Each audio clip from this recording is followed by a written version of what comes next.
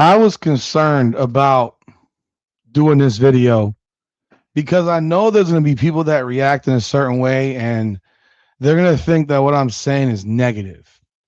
And I assure you, it's not. It's not meant to be negative because I have personal experience with this.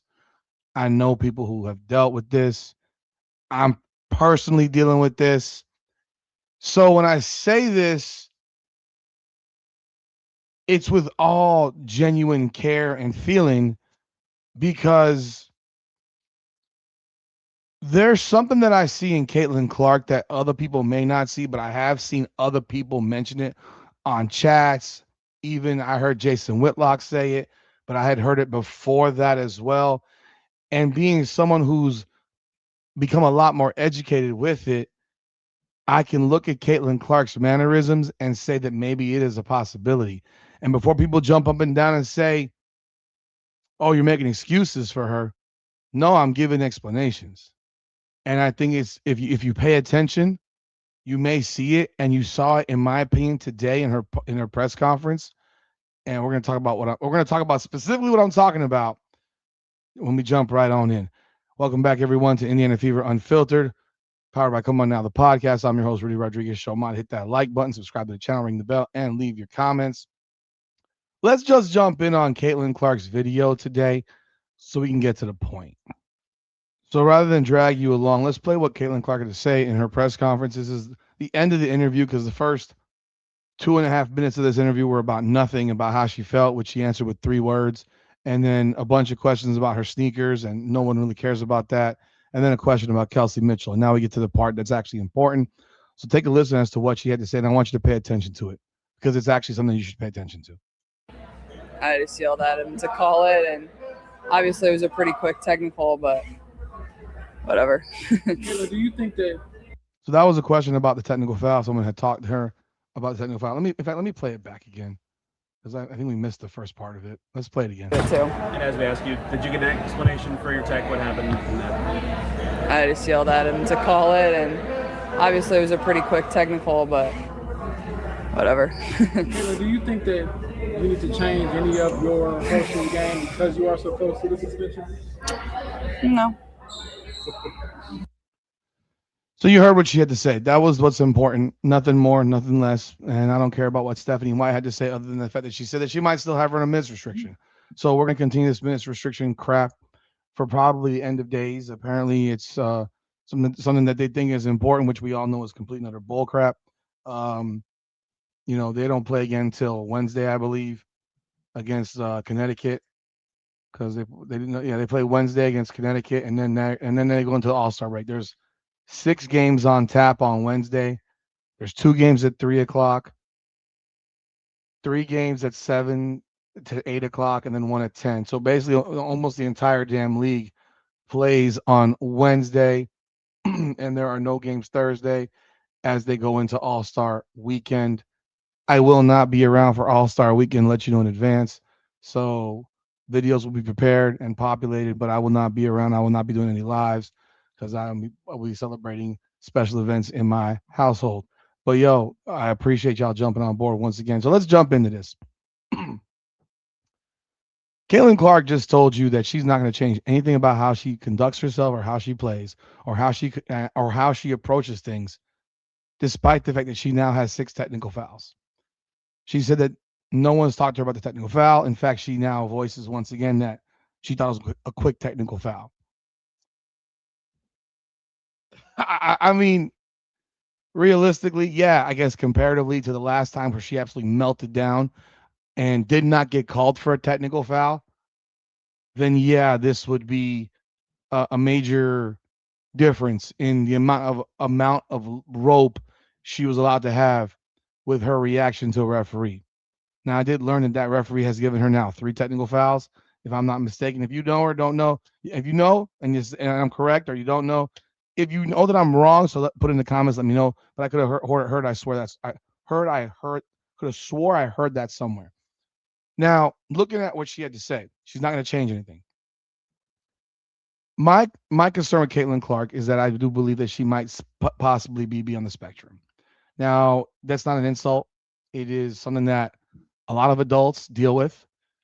And one of the a sign, and while it's not a diagnosis for being on the spectrum, a lack of emotional self-regulation is a usually a very common and significant challenge for many autistic individuals.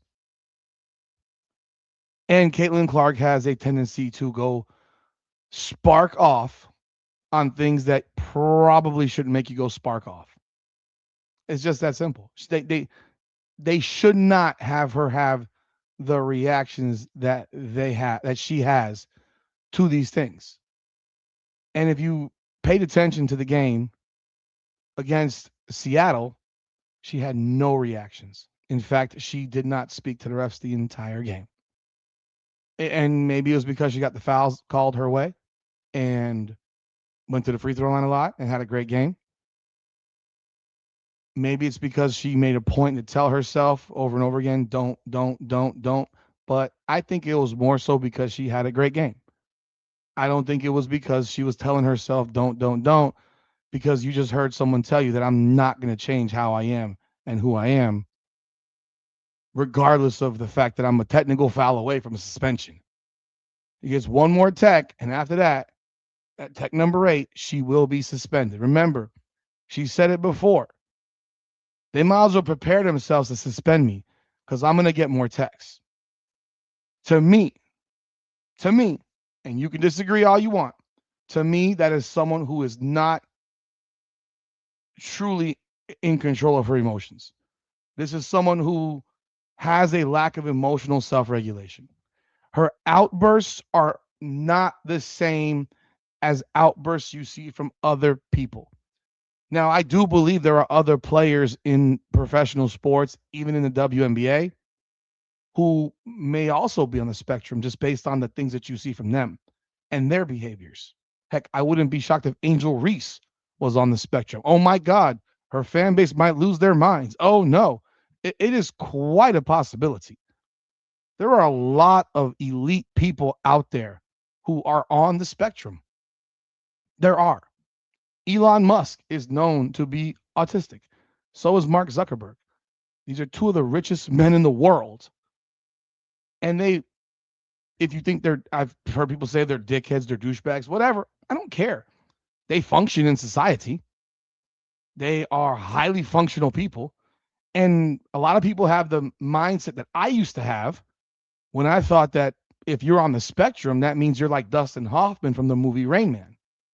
That is not the case. That is a parent's typical greatest fear, is that their kid won't be able to take care of himself in the future, when the reality is a lot of us are walking around on the spectrum and don't even know it. Like, we don't even know. Just like the kid that was out when the kid that was hyperactive and the parent says, go outside and run around, burn some energy off. When in reality, the kid has ADHD because they didn't test for that stuff back in the 80s and the 90s. You had a whole bunch of parents telling their kids to just run outside.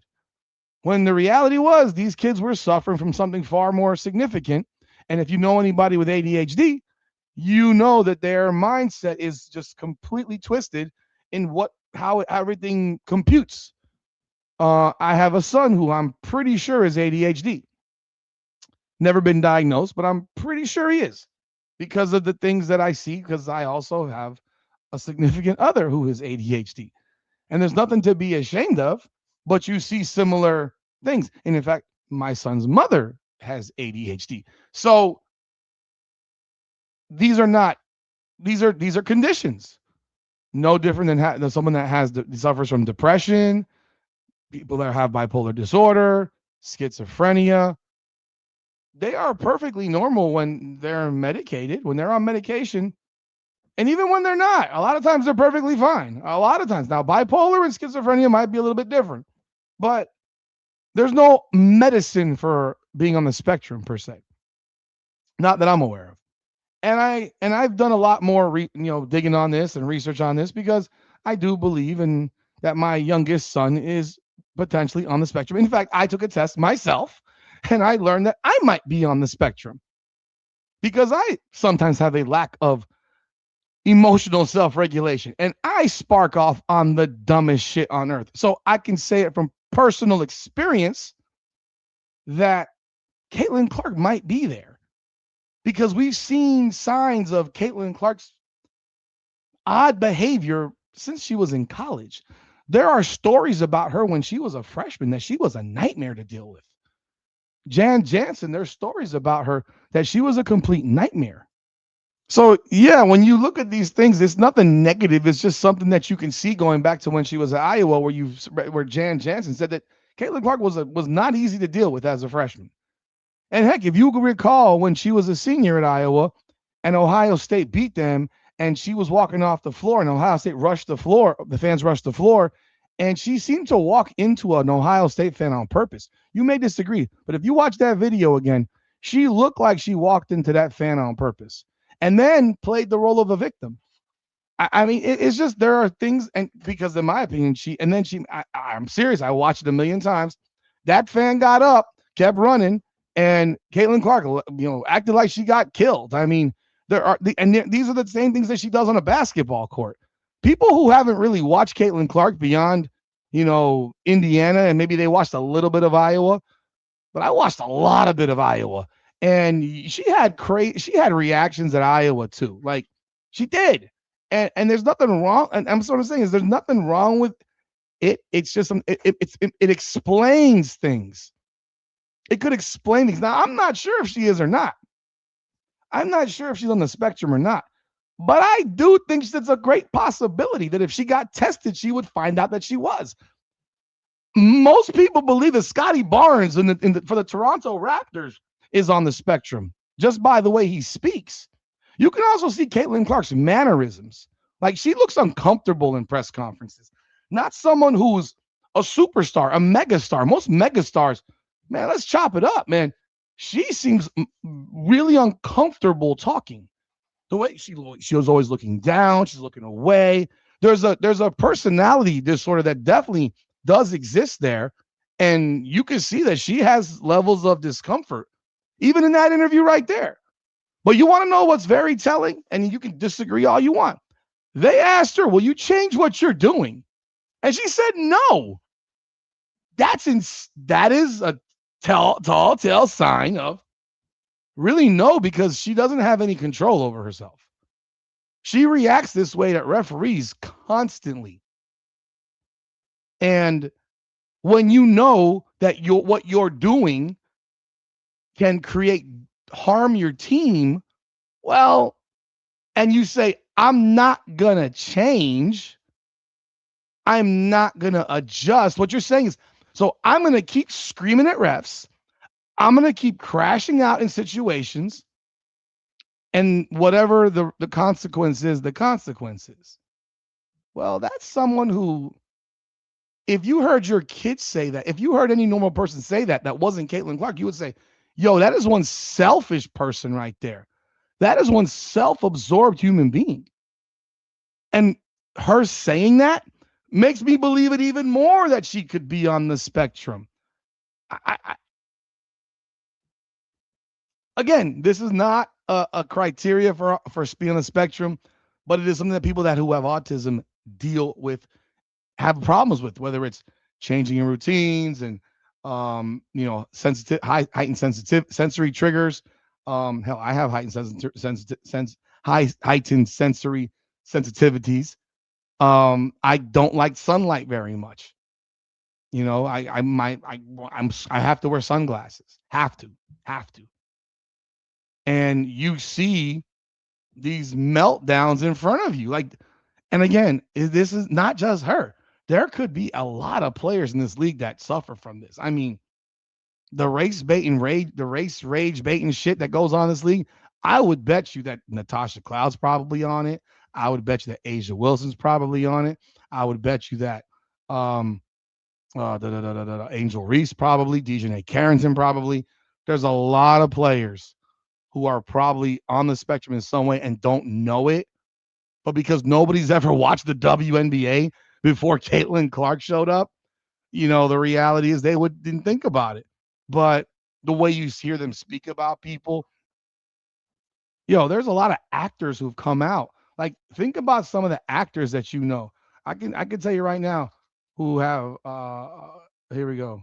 Just to read you some names that have come out of late, autistic celebrities. Anthony Hopkins, Daryl Hannah, Dan Aykroyd, again Elon Musk, Courtney Love, Albert Einstein suspected, Emily Dickinson suspected, Andy Warhol suspected. Like these are just some of the people. I mean, Anthony Hopkins is a genius. He's considered brilliant. Then you also have other types of things on the spectrum, whether you may have Asperger's syndrome. Um, there's a lot of people, man. So when you look at these significant people around, like you shouldn't be, it shouldn't be considered offensive.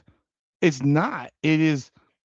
It just explains stuff. But some of the most brilliant people in the world are on the spectrum, and quite frankly, they're still brilliant, man. They're still brilliant. I mean, right here we can look at some of these.